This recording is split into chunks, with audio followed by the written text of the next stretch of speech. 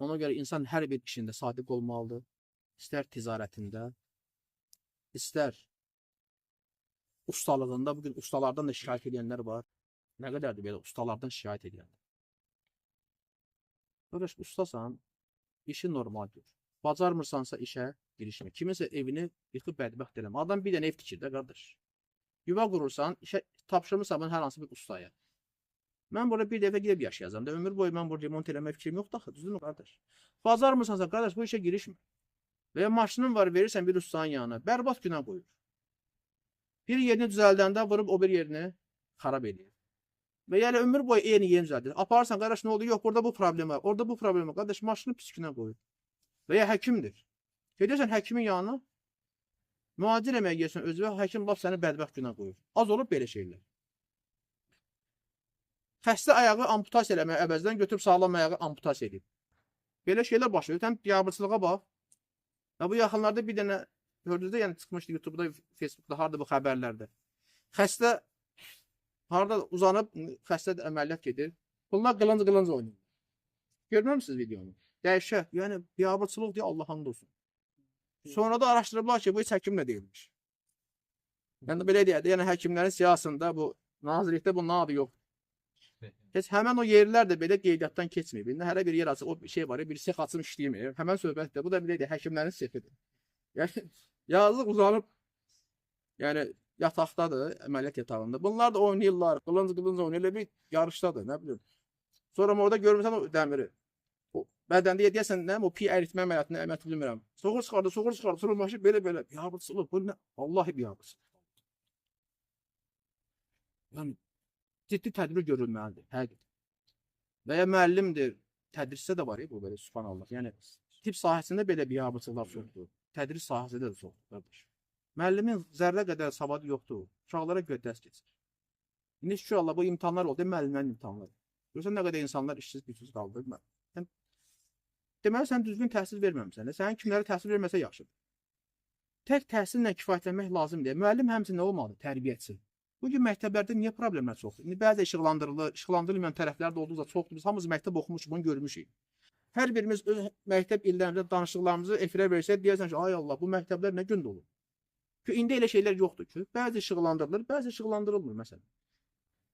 Müəllim həm tərbiyəçidir, həm dərsdir, tədris edir, həm də tərbiyəçi olmalı. Bugün məktəblərdə tərbiyəsizlik yayılırsa, deməli, müəllim sinifdə yaxşı tərbiyə vermir. Ya valideyndədir qüsur, ya müəllimdədir. Lap deyək, şimdi valideyn uşağını göndərir, tərbiyəsini verir. Gedir məktəbdə pozulur.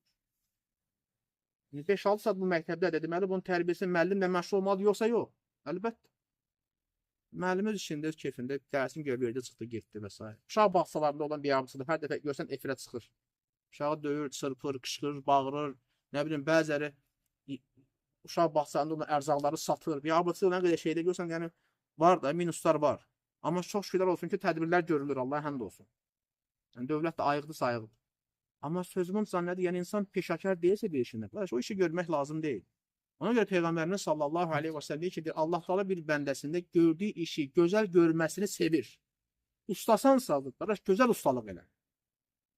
Müəllimsənsə, düzgün şəkildə müəllim ol. Həkimsənsə, düzgün müalicə elə. Tacirsənsə, sadiq ol, əmin ol. İnsan hər həyatında sadiq, əmin olmalı. Hətta elm əhli belə, elm tələbələri belə. Onlar da gələ sadiq olsunlar, əmin insanlar olsun. Biz etibar edək ki, filankə şeyx, alimdir, mən dinimə ona etibar edə bilirəm, rahat olun.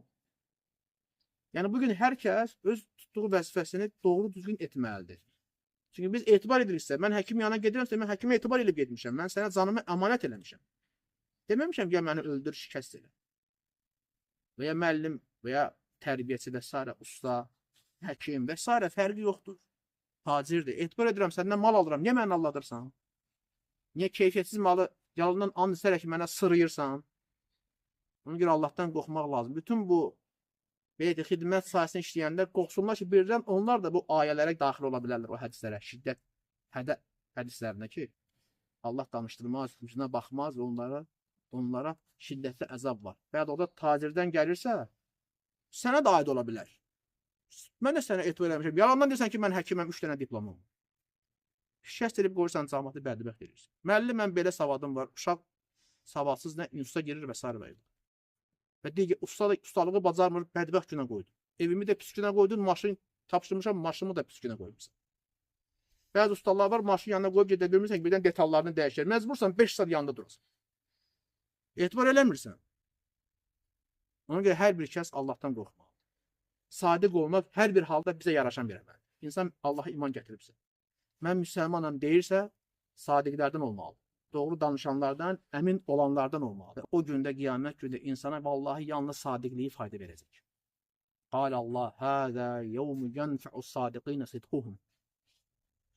Allah təala buyurur ki, bu gün, yəni qiyamət günü sadiqlərə sadiqlikləri fayda verəcəkdir. Sadiq olmaqları onlara fayda verəcək. Yalancının heç bir faydası yoxdur qiyamət günü. Fərqi yoxdur. İstəyir dində allatsın insanları, istəyir alış-verişdə allatsın və s. və ilaxır. İnsan Allahla sadiq olmalıdır. Müsəlman qardaşları ilə sadiq, əmin olmalıdır. Həmçinin ailəsində də sadiq, əmin olmalıdır. Ədalətli olmalıdır. Əgər ədalətli ola bilmirsənsə, özünü yükləmə qardaş, yükləmə. Çətindir. Qiyamət günü yalancıların heç bir xeyri yoxdur. Mənfəəti yoxdur. Onlar necə tapa bilməyəcəklər. Allahı aldadanlar, bəndələri aldadanlar necə tapan deyirlər, Allahdan qorxmaq lazımdır. Sadiqlərdən, doğru danışanlardan, əmin, güvənir insanlardan olmaq lazımdır.